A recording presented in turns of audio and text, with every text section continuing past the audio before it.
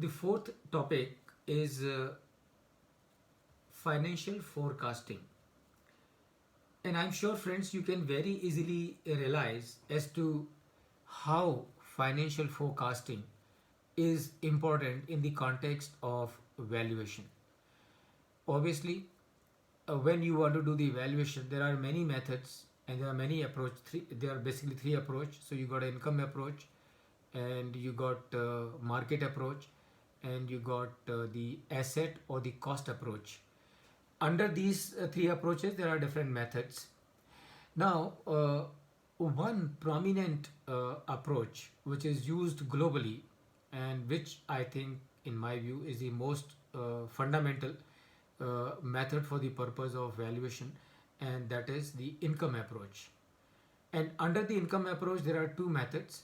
One method is income capitalization, and in case of income capitalization, what you do, you try and find out the income of the business for last few years, depending on the relevance. It can be 3 years, 5 years, 7 years, as you would think appropriate as a valuation professional. तो आप income capitalisation में क्या करते हैं? आप income capitalisation में पिछले कुछ सालों की इनकम को एसरटेन करते हैं, उसको नॉर्मलाइज करते हैं, और उसको नॉर्मलाइज करने के बाद जो भी आपकी कॉस्ट ऑफ कैपिटल है उससे आप उसको कैपिटलाइज करते हैं, and then you find out the value of your business, जिसके क्या वैल्यूएशन कर रहे हैं. Second method under the income approach is, all of us know, is discounted cash flow method. And for the discounted cash flow method, what we need, we obviously need the cash flow for the future. So if we have to get the cash flow for the future, that means we need to do the future forecasting, future income forecasting, future earning forecasting, future income forecasting, or financial projections. So forecasting of earnings of future is very fundamental to the discounted cash flow method, and I'm sure you can very easily understand. क्योंकि as a valuation professional, your task, your assignment, your job, your responsibility is to find value of that business. And if you are using the discounted cash flow method, तो आप क्या कर रहे हैं? आपका जो job है, आपकी जो रिस्पॉन्सिबिलिटी है, वो ये है कि भाई based on future earnings of this business, how to arrive value of this business. So how do you do the future forecasting, or how do you the future earning forecasting? So देखिए friends, ये बहुत fundamental है, and I am sure ये आपको हर जगह लगने वाला है. तो कैसे करेंगे financial projection? Now first of all, remember, I am sure most of all of you would have done budgeting for any business anywhere, or you must have been engaged in preparation of long range plan for a company. Now what you do for budgeting, or what you do for long range planning, it is same thing that you do for the purpose of future earning forecasting. So how do you do the future earning forecasting? So first of all, the first thing that you and I need to do is to make a statement of assumptions. And what this statement of assumption will comprise, will include, this statement of assumption will include everything about that business. That means how much is the investment in the assets, what is the capital structure to begin with, right? So what is the debt, what is the equity, how much is the value of land, how much is the value of plant and machinery, how much is the value of all other assets, and what are the working capital requirements, and so on and so forth. Then you will need to do the estimation of sales. How much is going to be my sales for next 7 years, in case we are making projections for 7 years. And when you are projecting, when you are estimating the future sales, obviously you will need to interact with the company and the management of the company, because they would know as to what kind of sales they would expect. And your job as the valuation professional is to get that information and ensure that whatever assumptions are being made by your client are should hold water. They should not be too much flowery. They should not be too much of they should not they should not be too much of optimism, because if there is too much of optimism, the valuation figure will also come too much high, and that is not a good sign, because valuation has to be more or less close to what the real value of that business is. सो आप sales को projections करके लीजिए, फिर सारे खर्चों को, whatever the expenses, how much is going to be, so sales projections, that means in case if a company is a multi product company, then what are those products? If a company is a multi market company, then which are those markets? And then you need to find out वो हर एक product की selling price कितनी होगी, हर एक product की material cost कितनी होगी, and like that all that you need to do. So estimate the material cost, estimate the manufacturing expenses, and come to the figure of gross profit, and then find out the SG&A. So बाकी के जो selling general and administrative expenses हैं वो कितने होंगे अगले साल तक, वो आपको एस्टिमेट करने हैं. Generally the client should give it to you, but in case if the client is not able to give it to you, they might seek your professional help in doing that, and which of course you can help them professionally. But remember, ultimately the input has to come from the client only. सो ये इस तरह से आप SG&A, selling general expenses सारे estimate कर लीजिए, और उसके बाद में फिर उसमें से जो आएगा, what you get in your hand is your EBITDA, earning before interest, tax, depreciation and amortization. Now do the depreciation calculation. So based on the provisions of the Income Tax Act, based on the provisions of Income Tax Act, do the depreciation calculation for the income tax, and based on the provisions of the Companies Act, do the calculations of depreciation for the purpose of book reporting. So that is what you will need to do. So find out the depreciation as per the Companies Act, and that will give you your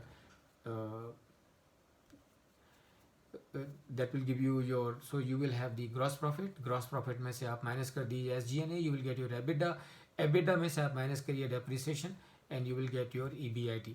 Then do the computation of interest cost. और interest cost को calculate करने के लिए you will need to find out first what are your working capital requirements.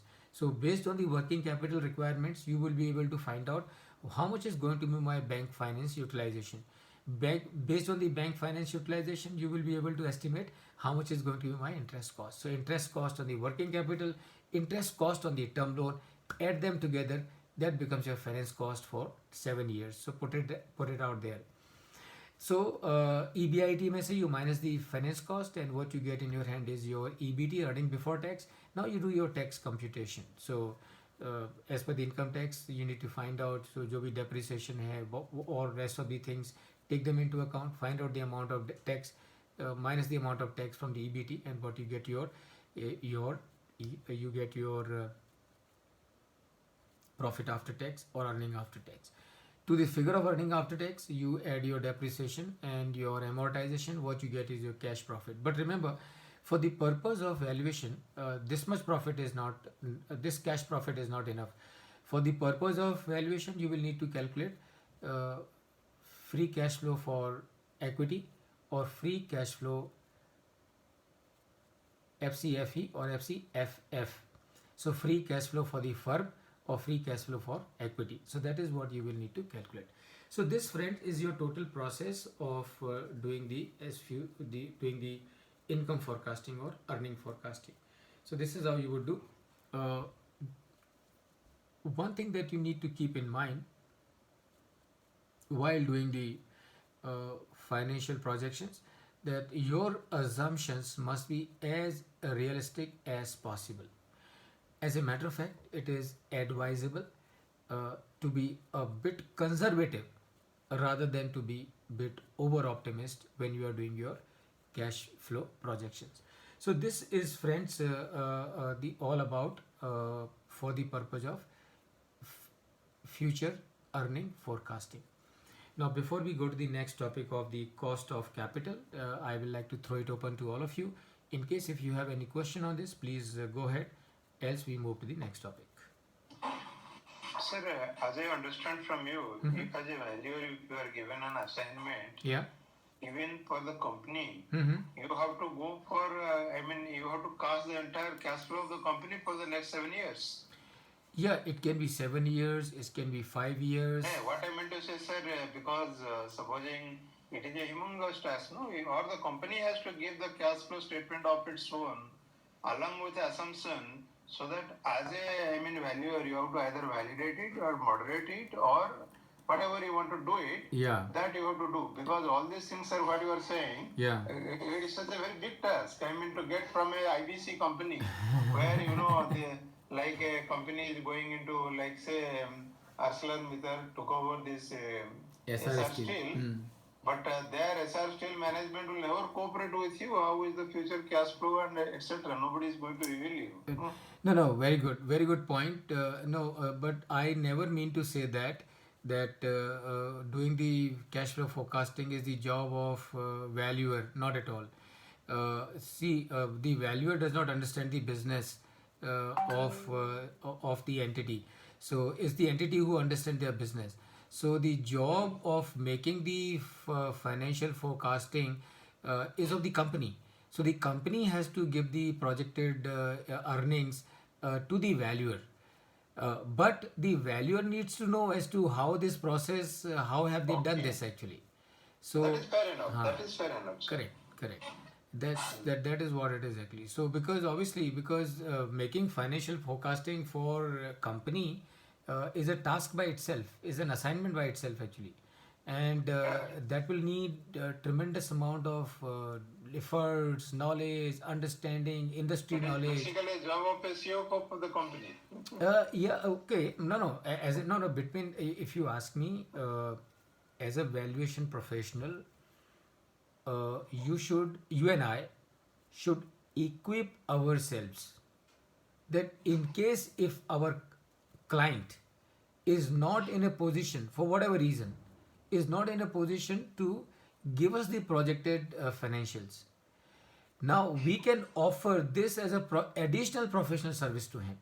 We'll say okay, मेरा valuation का इतना है, मैं आप अगर मुझे projected नहीं दे रहे हैं तो मैं मेरी because I have an understanding, I have the expertise, I have the skill, I have the domain knowledge, I will do it. But then you will need to supply me the data. You will need to supply me the input, and for that for additional value add, I will have separate professional fees actually.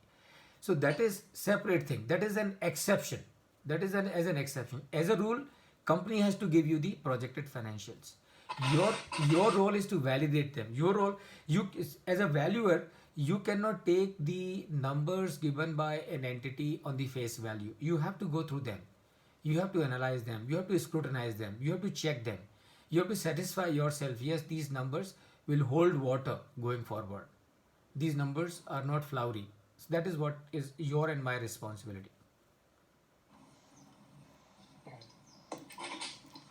Fair enough. Okay, thank you. So, friends, let's come to the last topic of our day, and that is cost of capital. And I really wish that this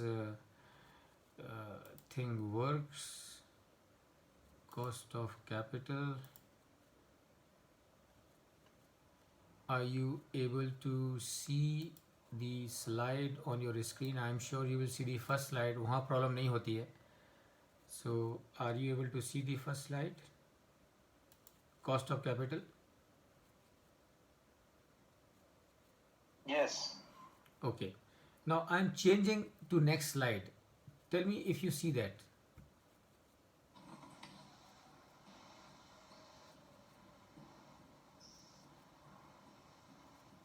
Do you see it? No. So what is coming on your screen? Cost of capital. Okay. First slide. All right. So no worries. Don't worry about it. I think let's not spend time in that.